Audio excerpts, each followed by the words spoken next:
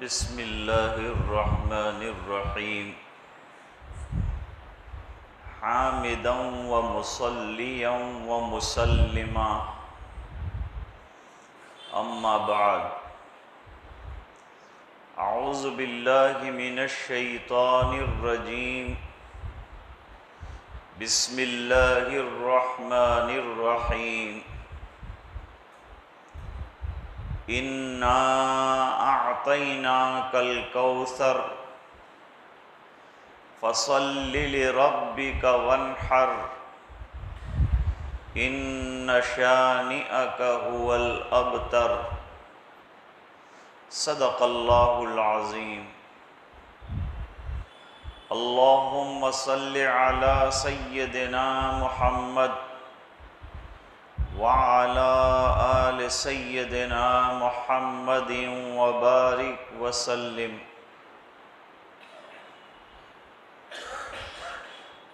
ابھی نماز میں قصار مفصل سے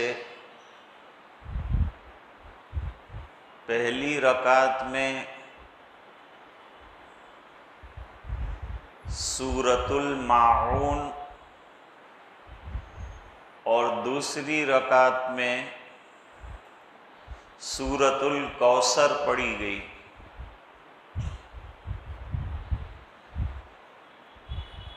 صبح کی نماز میں طوال مفصل سے پڑھا جاتا ہے، یعنی سورہ حجرات سے لے کر سورہ بروج تک پڑھنا کوئی بھی سورتوں کا صبح میں مسنون ہے۔ ظہر میں بھی اسی طرح سے پڑھا جاتا ہے۔ عصر کی نماز میں اوساط مفصل سے پڑھنا، لیکن چونکہ وہ سری نمازیں ہیں اس بنا پر کیا پڑھا گیا ہے وہ پتہ نہیں چلتا۔ سورہ بروج سے لے کر سورہ عادیات تک ہے، پھر اذا زلزلت الارض سے لے کر سورہ ناس تک مغرب کے اندر پڑھنا مسنون ہے۔ حضور پاک صلی اللہ علیہ وسلم نے یہ صورتیں بھی پڑھی ہے اور اس کے علاوہ صورتیں بھی پڑھی، مثلا مغرب میں والطور وکتاب مسطور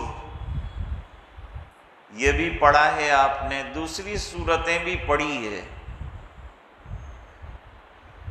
تو دوسری صورتیں بھی پڑھ سکتے ہیں، لیکن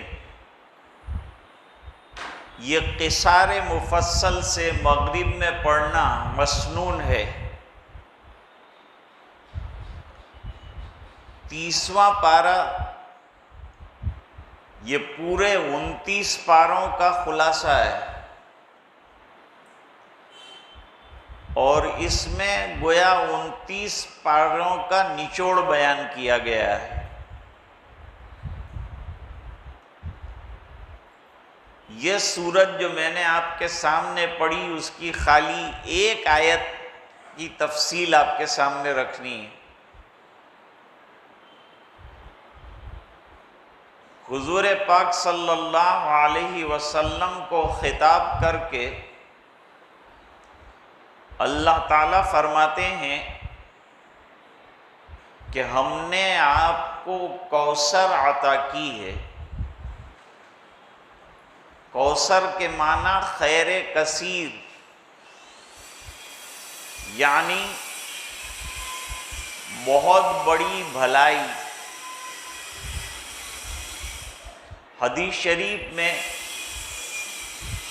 کوثر کی تفسیر بیان کی ہے کہ کوثر ایک حوض ہے جس کا پانی شہد سے زیادہ میٹھا ہے اور دودھ سے زیادہ سفید ہے، اور یہ حضور صلی اللہ علیہ وسلم کے امتیوں کو پلایا جائے گا۔ اس کے کنارے زبرجد اور مشک کے بنے ہوئے ہیں، اور اس کے کناروں پر جو پیالے رکھے ہیں ان کی تعداد آسمان کے ستاروں سے بھی زیادہ ہے۔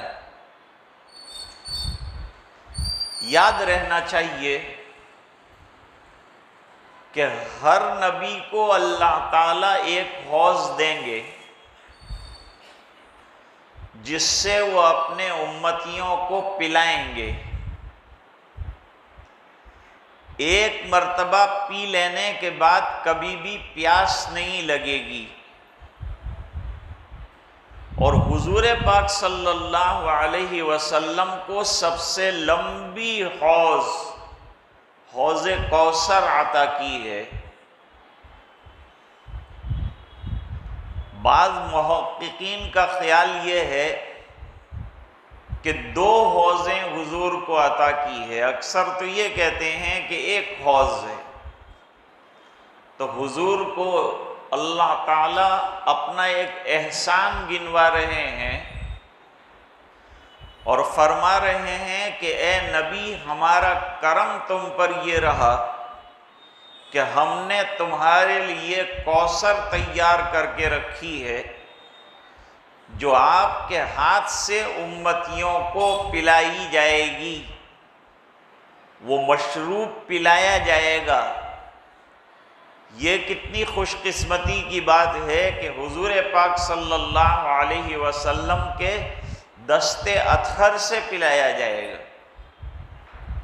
حدیث میں آتا ہے کہ ایک منبر لگایا جائے گا، اس پر حضور بیٹھے ہوں گے اور پڑوس میں حضرت ابو بکر رضی اللہ عنہ ہوں گے، اور دوسرے پڑوس میں حضرت عمر رضی اللہ تعالیٰ عنہ ہوں گے۔ جن لوگوں نے سنتوں پر عمل کیا ہے اور حضور کے بعد حضور کے طریقوں کو نہیں بدلا ہے، ان کو تو بلا بلا کے پلایا جائے گا، لیکن جنہوں نے حضور پاک صلی اللہ علیہ وسلم کے دنیا سے جانے کے بعد سنتوں پر عمل نہیں کیا اور سنتوں کے خلاف زندگی گزاری، بلکہ نئی بدعات اور خرافات شروع کی ہیں، ان لوگوں کو فرشتے ہانک رہے ہوں گے اور نکال رہے ہوں گے۔ وہ کہیں گے ہم بھی امتی ہیں، ہمیں کیوں نہیں پلایا جاتا؟ جواب دیا جائے گا کہ تم نے حضور کے بعد حضور کے طریقوں کو بدل ڈالا۔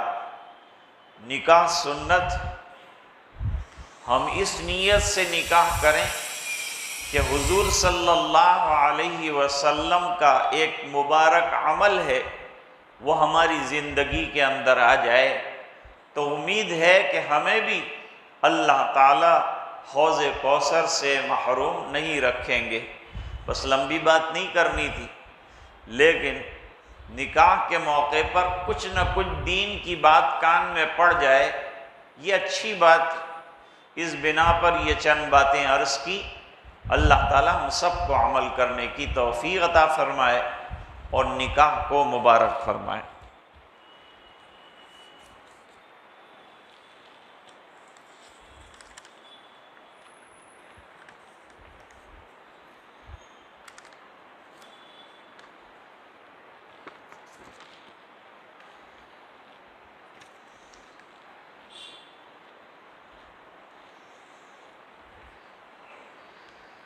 حافظ عبد الرحیم میاں محمد سپاری والے، آپ کی بیٹی ہیں مصباح بانو، آپ نے اجازت لے لی۔ حافظ عبد الغفار صاحب اور محمد الیاس ایوب صاحب، مہر ہے 5555 روپیہ نقد۔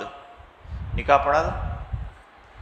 بسم اللہ الرحمن الرحیم، الحمد للہ نحمدہ ونستعینہ ونستغفرہ ونؤمن بہ ونتوکل علیہ ونعوذ باللہ من شرور انفسنا ومن سیئات اعمالنا، من یہدہ اللہ فلا مضل له ومن یضللہ فلا ہادی له، ونشہد ان لا الہ الا اللہ وحدہ لا شریک له، ونشہد ان سیدنا ومولانا محمدا عبدہ ورسولہ، اما بعد، اعوذ باللہ من الشیطان الرجیم، بسم اللہ الرحمن الرحیم، یا ایہا الذین آمنوا اتقوا اللہ حق تقاتہ ولا تموتن الا وانتم مسلمون، وقال اللہ تعالی یا ایہا الناس اتقوا ربکم الذی خلقکم من نفس واحدہ وخلق منها زوجہا وبث منہما رجالا کثیرا ونساء واتقوا اللہ الذی تساءلون بہ والارحام ان اللہ کان علیکم رقیبا، وقال اللہ تعالی یا ایہا الذین آمنوا اتقوا اللہ وقولوا قولا سدیدا یصلح لکم اعمالکم ویغفر لکم ذنوبکم ومن یطع اللہ ورسولہ فقد فاز فوزا عظیما، عن النبی صلی اللہ علیہ وسلم انہ قال النکاح من سنتی فمن لم يعمل بسنتی فلیس منی۔ حافظ عبد الرحیم صاحب، آپ نے اپنی ولایت سے، گواہوں کی گواہی سے، حاضرین مجلس کے روبرو مصباح بانو کی ذات کو، جو آپ کی بیٹی ہے، حسن طاہا، جو بیٹے ہیں حافظ صدیق چینی والوں کے، ان کے عقد اور نکاح میں دیا۔ جناب حسن طاہا صاحب، آپ نے اس طرح سے مصباح بانو کی ذات کو، جو بیٹی ہیں حافظ عبد الرحیم سپاری والوں کی، آپ کے عقد میں دیا گیا، آپ نے انہیں ایک بیوی کی حیثیت سے قبول فرمایا؟ بارک اللہ لک و بارک علیک و جمع بینکما فی خیر۔ بسم اللہ الرحمن الرحیم، اللہم لک الحمد کلہ ولک الشکر کلہ وإلیک یرجع الامر کلہ علانیتہ وسرہ، اللہم صلی علی سیدنا محمد وعلی آل سیدنا محمد وبارک وسلم، ربنا آتنا فی الدنیا حسنہ وفی الآخرۃ حسنۃ وقنا عذاب النار وادخلنا الجنۃ مع الابرار یا عزیز یا غفار، اللہم افتح لنا بالخیر واتمم لنا بالخیر واجعل عواقب امورنا بالخیر بیدک الخیر انک علی کل شیء قدیر۔ اللہ ہمارے گناہوں کو معاف فرما، کوتاہیوں سے درگزر فرما، اپنا فضل اور کرم شامل حال فرما، نکاح کو مبارک فرما، باعث خیر و برکت بنا، نیک اولاد کے آنے کا ذریعہ بنا، نبی کریم صلی اللہ علیہ وسلم کی سنتوں پر عمل کرنے کی سعادت عطا فرما، توفیق عطا فرما، اپنے فضل سے اس نکاح کو بابرکت بنا، قبول فرما، بیماروں کو شفا عطا فرما، پریشانوں کی پریشانیاں دور فرما، دعائیں اپنے فضل و کرم سے قبول فرما، برحمتک یا ارحم الراحمین۔ مصطفیٰ میرے ساتھ نہ کریں،